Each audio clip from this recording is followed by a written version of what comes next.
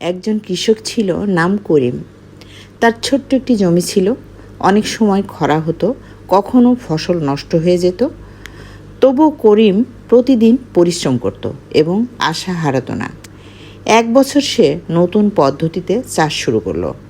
তার পরিশ্রম আর ধৈর্যের ফলে সে বছর তার জমিতে অনেক ভালো ফলন হলো। তখন গ্রামের সবাই তার কাছ থেকে শেখার চেষ্টা করলো। করিম বলল, পরিশ্রম কখনো বৃথা যায় না। নাবিল নামের এক ছাত্র ছিল, খুব সাধারণ।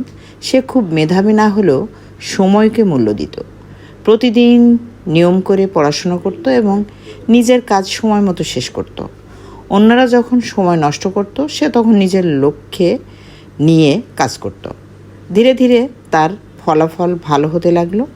কয়েক বছর পর সে একটি ভালো চাকরি পেল।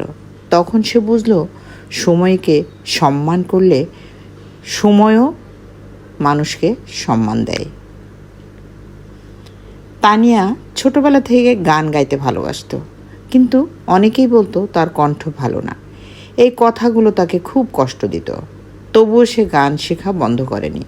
প্রতিদিন অনুশীলন করত এবং নিজের ভুলগুলো ঠিক করার চেষ্টা করত।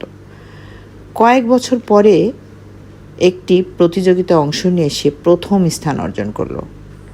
তখন সবাই অবাক হয়ে গেল। তানিয়া শুধু হাসল, কারণ সে জানতো নিজের উপর বিশ্বাস থাকলে অসম্ভব একদিন সম্ভব হয়ে যায়। রবি একটি ছোট্ট দোকানে কাজ করত। প্রতিদিন সে মন দিয়ে কাজ করত এবং নতুন কিছু শেখার চেষ্টা করত। অনেকে বলতো, এই ছোট কাজ করে কিচ্ছু হবে না, কিন্তু রবি হাল ছাড়েনি। কয়েক বছর পরে সে নিজের একটি দোকান খুলল। ধীরে ধীরে তার ব্যবসা বড় হলো। তখন সবাই বুঝলো, ছোট কাজও একদিন বড় সাফল্যর পথ তৈরি করে। সুমনা ছোটবেলা থেকে আঁকতে ভালোবাসত, কিন্তু তার কাছে ভালো রং কাগজ ছিল না। তবুও সে যা পেত তাই দিয়ে আঁকত। তার শিক্ষক একদিন তার ছবি দেখে খুব প্রশংসা করলেন এবং তাকে উৎসাহ দিলেন। সেই উৎসাহ তাকে এগিয়ে নিয়ে গেল। পরে সে একজন ভালো শিল্পী হিসাবে পরিচিত পেল। রাশেদ সবসময় নতুন কিছু করতে চাইত, কিন্তু শুরুতে তার অনেক কাজই ব্যর্থ হয়েছিল। অনেকেই তাকে নিয়ে হাসাহাসি করত, তবু সে ভয় পায়নি। প্রতিটি ভুল থেকে শিক্ষা নিয়ে আবারও চেষ্টা করেছে। শেষ পর্যন্ত তার একটি আইডিয়া খুব সফল হলো।